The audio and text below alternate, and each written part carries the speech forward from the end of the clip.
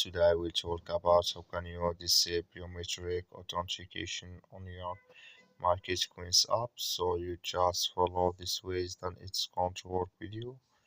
All you have to do, so you just go here above your photo profile here for this photo, click on it.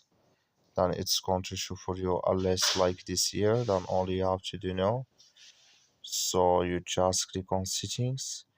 When you just click here on settings, it's going to show for you list like this here. Then all you have to do, you just come here to biometric authentication. So then you click in this sign or this color here. Wait, like you see color, it's gone here. That's mean here biometric authentication disabled with us now. That's all you have to do. That's all. Thank you for watching. Don't forget to support us by liking and subscribe.